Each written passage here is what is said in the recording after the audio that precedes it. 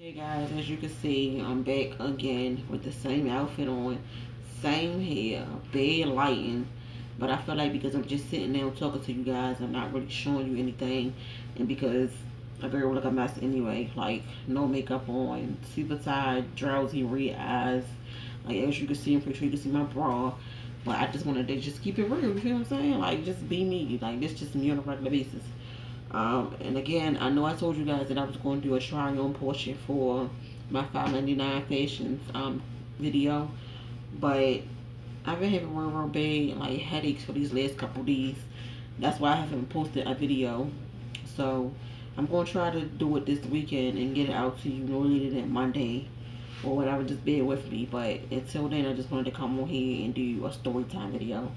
And this story time video is basically my journey with pregnancy. I know a lot of people, a lot of women can relate to me. A lot of women out there can relate to this because I know a lot of people that went through this. Well, back in 2013, 14, I got pregnant or whatever. Everything was going fine. It was the normal sickness, throwing up, not being able to eat anything. I was addicted to cheese, pizza, and pineapples. You know, you're supposed to eat a lot of pineapples when you're pregnant because it can make you have early labor. But I was like, everything was just going perfectly fine. I was going to my doctor's appointment and everything. And the day that I was 14 weeks, it was the day I had, it's the day, it may have been a little over 14 weeks, like 14 weeks in a couple days. Um, I woke up that morning and I had just started feeling super good. Like I wasn't sick when I woke up. I wasn't nauseous. I didn't feel like I had to throw up. Like I was super hungry. I'm like, yeah, because I had ordered pizza the night before, but I didn't eat it. So I'm like, yeah, I got some pizza. I'm gonna eat this pizza. So I goes downstairs to get my pizza. When my pizza up, I come back upstairs in my room, sit on the bed, and I started eating my pizza. And then all of a sudden, I just got a little bit lightheaded a little bit, and I feel like I had to use the bathroom like pee. So I go to the bathroom, I pee. Everything was everything. But then when I get up, I see a little bit of blood. So I'm nervous. I'm like, oh my God, what's going on? What's going on? So I was home by myself or whatever. So I started panicking. So I call my boyfriend. I'm like, something not right or whatever. So he was like, all right, go to the hospital. So I'm like, all right. So I get back in my room. I was set down on the bed so that I can get my stuff on because I can go to the hospital. So as soon as I sit down on the bed, I had the urge to pee again. So I had a bucket in my room because I couldn't make it to the bathroom because it had dropped so fast or whatever. Stop right there. I'm gonna rewind back a little bit. A couple days before, maybe like 3 or 4 days before, I had peed on myself a little bit. You know when you're pregnant, you can pee on yourself a little bit or whatever. So I had accidentally peed just a little tiny bit on myself, but I felt like it was weird because of like usually that early along you don't pee on yourself. But I didn't think nothing of it. I just thought that I peed on myself. It was my first pregnancy, so of course I didn't know nothing. So all right, let's go back to where I was at. So I had got this urge to pee, and it was coming super fast. I had a bucket in my room, so I sat over top of the bucket, and I just had like all this pee. It was just running like a faucet. Might be TMI, but I just want to keep it real. It was running like a faucet. So I had some toilet paper in my room. So when I got up to wipe down there, I looked down. I just seen a whole bunch of blood or whatever. So I had tried to get up. As soon as I had tried to get up, it just started running again, running again, running again. When I looked at the thing, it was no pee. It was just blood. It was like blood was just falling on me. Like I was basically peeing. So I started panicking. I called the ambulance. Called my boyfriend. I said, "Oh my gosh, I gotta go to the hospital. Go to the hospital like something not right." So they took me to the hospital. As soon as I get to the hospital, it was like 9 o'clock in the morning. I get to the hospital. The hospital, I'm not even gonna mention the name, but I hate them. I will never go back. They basically took me off of the stretcher, put me in the wheelchair in the waiting area. Yes, in the waiting area. When I got in the ambulance, I felt something drop. I thought it was the baby or whatever, but it was when I got to the hospital, it was like blood clots. TMI, I know, but I just want to keep it real. So it was just like blood clots. They was falling out. It was like the size of eggs. They was just falling out of me. So instead of them taking me straight back to labor and delivery, they put me in the waiting area. So I'm kirking out. I'm calling my mother. I'm calling my boyfriend. Can't get through to nobody. Or whatever. I guess my boyfriend had already left out and rushed to me. So I can't get through to nobody. I'm kirking out. I'm kirking. Or whatever. You know, matter of fact, I couldn't even get in contact with my boyfriend. I don't know who I talked to. I think I talked to my mother. I couldn't even get in contact with my boyfriend because I kept calling him and kept calling him. And I think he was asleep or something. So I couldn't get in contact with him. Or whatever. So I'm sitting out by myself, going just by myself. My mother was at work or whatever, and I'm just in the waiting room. I'm crying, I'm kirking out. Like, y'all put me in the waiting area, anything can happen. So I know something out with my baby. Like, come on now. I'm like, y'all risking my life and risking my baby life and da da da. So basically, I guess they felt like, oh well, you're gonna lose it anyway. Then put you in the waiting room. So they finally came back and put me in a room at like 11:30, almost 12 o'clock, and I was sitting there waiting around all that time. So they get me to the room, they like take your clothes off or whatever so that they can check me. As soon as I dropped my pants, just like two big blood clots just fell out on the ground. So she was like, well, get up on the bed. As soon as I got on the bed, another one came out, so they checked me or whatever. She was like, well, the baby look like it's still doing fine. It's still floating around the baby. That's what they was telling me. That's what they was telling me. So I'm believing everything they telling me. I'm believing everything they telling me. So I finally get to leave and delivery at 9 o'clock that night. They finally came in and said, well, basically, that day that I thought my water had, the day that I thought that I peed on myself was actually the day that my water broke. And I didn't even know that my water broke. So my water being broke for so long, it caused me to have to get an infection. And that was what was causing me to bleed so much and have all these blood clots. So it was like that by my water being broke, that basically it wasn't enough amniotic fluid around the baby to save the baby. So they did a DNC. So I was just out of it. Like after I came home from the hospital, like I was just in a state of shock. Like I just ain't know what to do. I just was like just going through it. Like I just was bust out crying for like just crying. And at the time, I kind of felt like wasn't nobody really did as much as I wanted them to be. Like everybody kept telling me, you know, God don't make no mistakes. I understand it. I'm a firm believer in God. I know God don't make no mistakes. But I feel like in the time of your need, when you have a death, what you want is love and support. You want to hear. You want to be all right. I'm sure God gonna bless you with another baby. It may not, it wasn't the time, but you can't. People don't want to hear that God don't make no mistakes, because basically you're telling me that I don't supposed to feel type of way that because God took my baby away. So I was just hurt. I was super bad at God. I was just like, I don't want to talk to God. Like that's just how I felt at the time. And I'm a firm believer of God.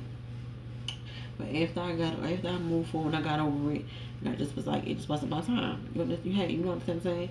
So I moved on. Maybe like a year later, I got pregnant again. I had a miscarriage at 8 weeks at home. By the time I got to the hospital, they was like that they couldn't find the sac or nothing. So then I must have just passed everything out already at home. So fast forward to 2015, around like October, I got super sick. Like I just was throwing up every day. I couldn't get out of bed. I was super nauseous. I was dizzy. I was lightheaded. I wasn't eat nothing. I had to keep like a bucket next to my bed because I was throwing up so much. Like I was super sick or whatever. I already knew that I was pregnant. Even before I went to the hospital, I knew I was pregnant. But I went. They told me I was pregnant or whatever. Everything was going perfectly fine. After my sickness was over, I was 12 weeks when my sickness was over. After that, everything was going perfectly fine. I was going to my doctor's appointments. I got to see my baby. Like, I heard the heartbeat. I got to see his face. I found out I was having a boy. I got to see his little Peter Weeder. I got to see his face. Everything was going good. And then, like, 21 weeks. In a couple days, I had started feeling like he was super down low. First of all, my son always laid like at the bottom of my stomach or whatever. So when I told him he was super low, they didn't think nothing of it because he was always laying like across, like his head be on one side and his feet be on the other side, but he always was laid super low. So when I went to the hospital, my boyfriend and his mother kept saying like, you always think the worst of everything. You always thinking the worst, everything all right, everything okay. But come on, I know my body. Like I'm not thinking the worst. Why do I think the worst or whatever? But I know that something is not right. Like I know something is not right because in that while all of a sudden I feel like basically he was in my vagina. Like I can feel it feel like he was down there. So I went to the hospital. They did some tests. They said that I was my bag I was still stitched up. I was still closed basically or whatever. They said that they ain't see nothing wrong. So they basically was like, well, we gonna check you, and then we check you, we gonna send you home. So this was like a Wednesday night, man. They sent me home. It wasn't night. It was like a Wednesday, and then I went to the doctor's. Man, they sent me home. Thursday, went back to the hospital because I was still in pain. I still wasn't. I'm like, so something is not right. Like, y'all need to check me again. He was like, well, miss, basically, we don't see nothing wrong or whatever, and we don't have enough beds to keep you, so we're going to have to send you home or whatever. So they sent me home. I'm still not feeling right. Like, it hurt when I walk. I could feel, it felt like I could feel his head or his feet or whatever down in my coochie when I walk. And remind you, I was only 22 weeks. So Saturday morning come. Friday, I started feeling just a tiny bit better, but I could still feel a little bit pain. So Saturday morning come, I wake up, I had two clients. I had to do two sewings. I had an early morning sewing, like 8 o'clock in the morning. Then I had a sewing directly after that. I did both of my clients, but on my second client, I had started feeling these real sharp pains in my stomach. So my client, she don't got no kids, but she was like, it sounded like we having contractions, and I kept thinking that. I kept thinking that I was having contractions because they was coming like back to back, back to back, back to back, like I was doing my head. Then I had to bend over like, oh my god, it hurts so bad. Oh my god, it hurts so bad. I'm like, something ain't right. Something ain't right. So, what the fact the doctors had told me to drink some. They told me the fact they told me I was constipated. They said that we don't see nothing wrong, but it sounds like you constipated. So go to the store, buy some prune juice, and drink some prune juice. So I was like, I'm not constipated. Like, this is my first pregnancy or whatever. I knew what constipation felt like. I was constipated in my first pregnancy. This is not no constipation or whatever. But that's because they told me what to do. What it was, what I do. One impulse, some prune juice. So I go to drink the prune juice, and I felt like I had to go. After I drink the prune juice, it felt like I had to go to the bathroom. So I finished my client and stuff or whatever. She was like, you need to go to the doctor. So I was like, all right, I'm going to go upstairs to put some clothes on or whatever. And I'm going, my boyfriend just going to head out to the doctor's because something ain't right or whatever. As soon as I go upstairs to get dressed up with my clothes and shoes on and stuff, I felt like I had to go to the bathroom. So I rushed into the bathroom, sit on the toilet, and then I felt TMI, but I felt like I had to go to do number two. So I go to push, but when I push, instead of something coming out the back, it came out the front. And when I pushed, I just heard splash. And next thing you know, my water just broke all over the place. It was all over the floor, all over everywhere. And then I felt his heat. Like I reached down, and when I reached down, I felt the umbilical cord. So I stood up. And as soon as I stood up, my baby just slid out. Like he just slid out and was just dangling. So I just called my boyfriend. I said, babe, babe. And I guess by me yelling like that, he knew something was wrong. So he rushed in the bedroom. I said, baby, he out, baby, he out. He said, what you talking about? I said, he out. I said, look. He looked down. My son was just hanging. So I went to reach up on him. He panicking. He don't know what to do or whatever. My client's still here, but she like family, so I'm okay. And then my niece here, whatever. And I didn't want her to see because she's super little, so I kept telling her to stand and run. So my client calling the ambulance, my boyfriend calling the ambulance, my boyfriend calling my mother, telling my mother what's going on. He calling his mother, we crying together, everybody crying or whatever. So the ambulance finally, and remind you, it was January the 21st. I lost my first baby, January the 7th. I was 14 weeks. The second one, I was 8 weeks, but I'm not sure exactly what the day is. But my third baby that I lost was February the 21st, and we had just hit a blizzard and a snowstorm. So it took the ambulance a little while to get here. But when they got here, my baby was still alive. He was moving, his little legs was kicking, arms was moving and stuff. But because he was so tiny and stuff, his eyes were still shut and everything. So basically, they took him out to the they wrapped him up and stuff, took him out to the ambulance, and they worked on him. But And he never. But when I got to the ambulance, they never said nothing. They never said that he passed away. They never said nothing. But I knew that because if he was living, he would have, I would have seen him working on him. When I got to the ambulance, they just had him wrapped up in a whole bunch of covers, or whatever, and sitting on a couch or whatever, on the little chairs at the ambulance. So I just seen it and I just bust out crying. They asked the lady like, what time was it? And I just bust out crying. So the ambulance lady was consoling me and stuff. She's like, she understand. So it was just super hard or whatever. So after I had my son, it's like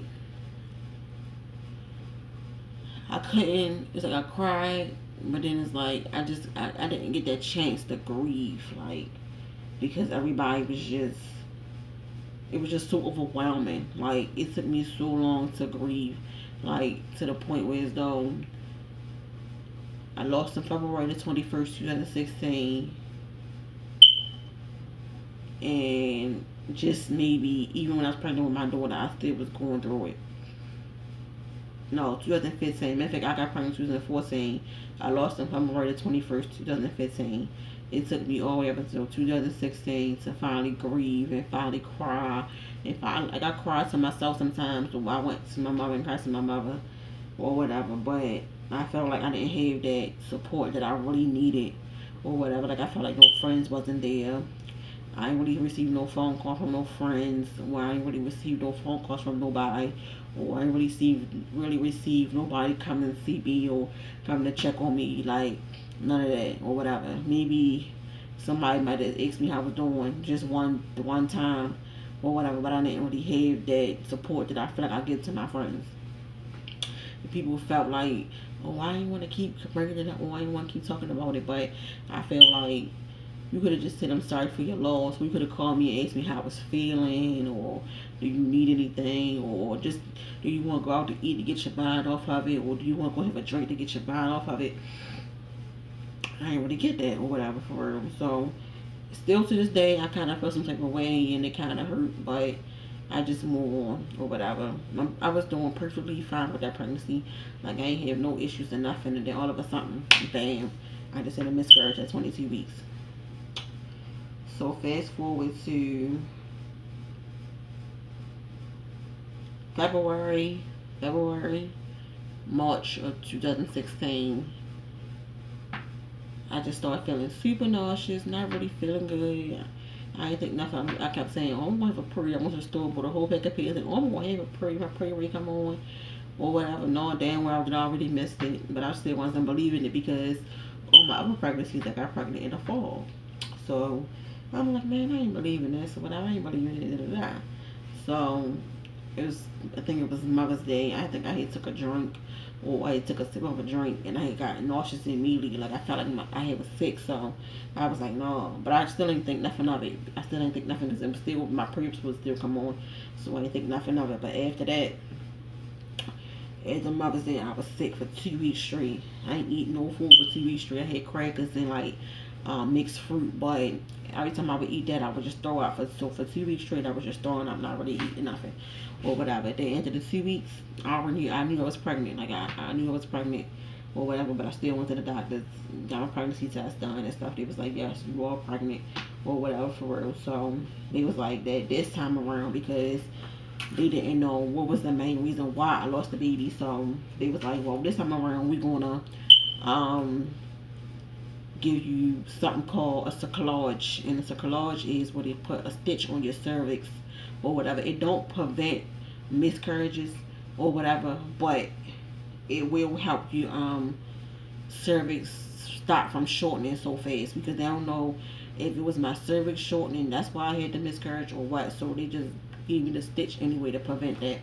And then I also had to do something called the 17P shots, where I would have to get a shot in my butt or my arm every week. So with them two together, it helped me have a healthy normal pregnancy. But once I got to like 34 weeks, I went in for a regular checkup appointment, because I was the patient who came to the doctors every week from the first time I found out I was pregnant till basically I delivered. I went to the hospital every week. 1 week was to just go to see my OB, And then the next week was to see that goes to have a sonogram done. So I basically went every week or whatever. So 34 weeks. I went in for a regular checkup appointment, and when I got there, this was right after Thanksgiving. When I got there, you got, do your pee in the cup or whatever for really check your blood and stuff like that.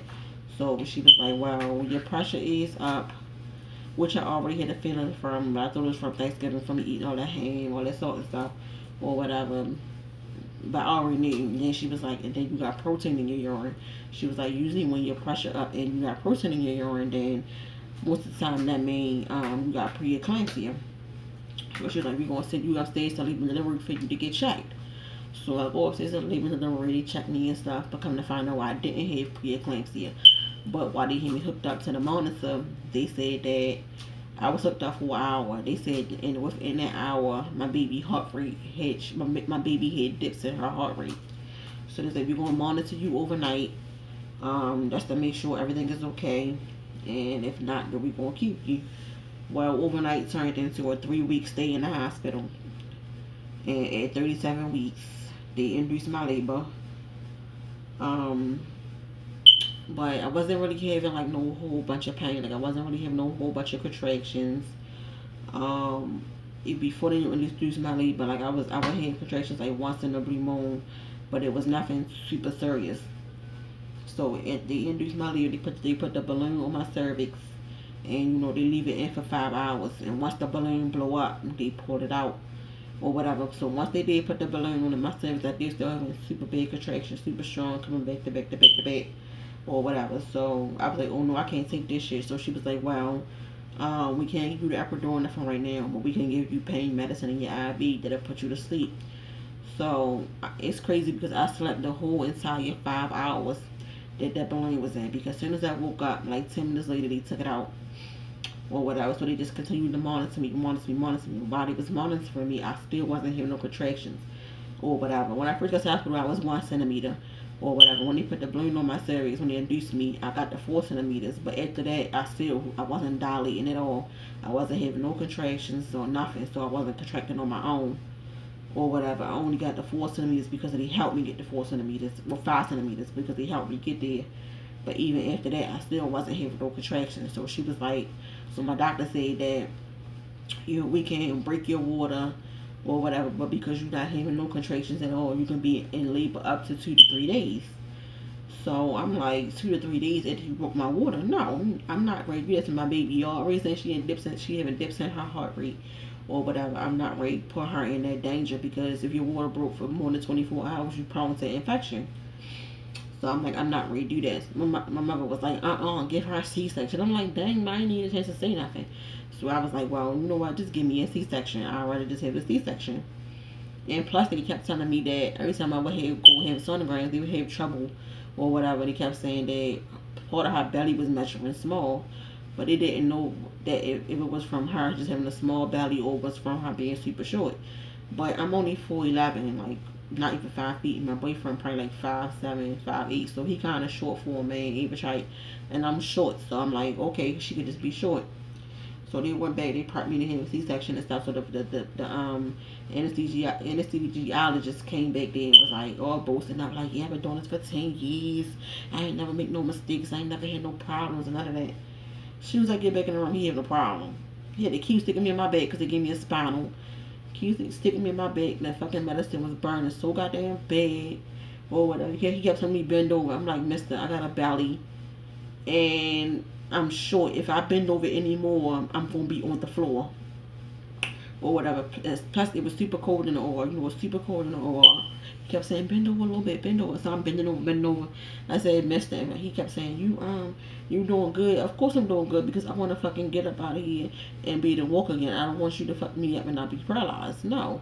So of course I'm going to keep still and do good. So he finally got it, because I know as soon as he got enough medicine, I felt my legs going numb immediately. He had to hurry sling my legs back on the table or else. My boyfriend kept talking to me like, just look at me, don't think about it, just look at me. No, I couldn't, because that fucking C-section hurt is so bad. They kept saying, well, it's pressure. I'm like, no, it's not no pressure, this is pain. I feel it. or whatever. Like, of course I didn't feel every single thing because that's just no, but it was a lot. It was more than just pressure. It was pain. Like, he was like, when they take the baby out, it's gonna feel like somebody sat on your stomach, no, on your chest. I said no, it felt like a whole elephant sat on my chest. Like, my chest was hurting so bad, my back started hurting like immediately and everything. So they as soon as they pulled out, she just started crying. And I just started bawling up. My eyes started crying. I just started crying. I was just like so emotional. I was just so happy. And then I was like super emotional because, you know, when you have a C-section, you don't get that bonding moment right away. You're not only the first person to get to hold your baby, whereas though if you have a natural birth or you have just a vaginal birth, you're the first person to get to hold the baby. Like, as soon as they take the baby out, they put the baby on your chest. And then they take the baby off of you and get to clean up and stuff. No, you don't get to hold your baby till like 2 hours later when you have a C-section, because after they take the baby out and stuff, it don't take like 15 minutes for them to take the baby out. But it takes like 45 to 50 minutes for them to put everything back in and stitch you back up and stuff.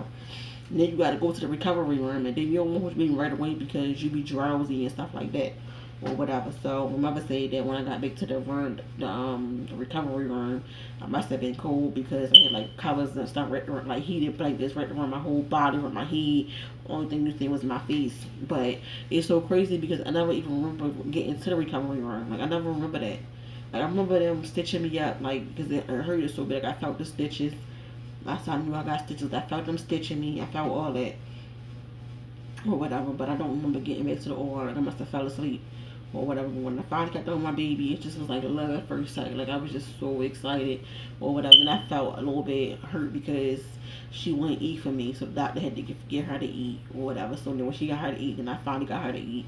So it was just, everything was just amazing. So they finally after a while, they finally took me up to a room, and then it was just love at first sight. My baby came out super duper healthy, no belly problems, no heart problems or nothing. So I just want to say I thank God. I think God is super duper amazing or whatever. Like, of course I wanted my babies or whatever. If I would have had to have four, I would have had four.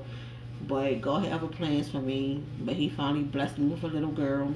Her name is Kenley, and she was born December the 12th, 2016. So stay tuned because I will introduce you guys to her in a video soon. So that's it, guys. I just wanted to share this video with you. Don't forget to subscribe to my channel, like this video, and comment down below. Also, guys, don't forget to subscribe to my follow me on Instagram at b.3 BAYDOT3 BAYDOT3. And also, I know these videos might not be like the perfect YouTube videos and stuff like that, but these are my first videos. And it's no editing or nothing in it because I'm not the best just yet. But I am learning. I am downloading some software onto my computer so that I can learn how to start editing and making my band and stuff on my YouTube video. I had to get some things together with my computer. So my videos will be better, but as of right now, I just make videos and I just post them. That's to get them videos out there. I be my real self. Most of the time I ain't got no makeup on. As you can see, my hair not even done or whatever, but I will have fashion videos where I get dolled up and dressed up. Y'all can see how I dress my nice little stuff. But sometimes I just want to be chill and I just want to come and talk to you guys, like y'all my homegirls and my homeboys. You know what I'm saying? Anyway, I'm gone, guys. I know this video long enough, but please watch it or whatever. No say stuff in the comments. I'm fine. Your girl is fine. But I just wanted to do this video because I know a lot of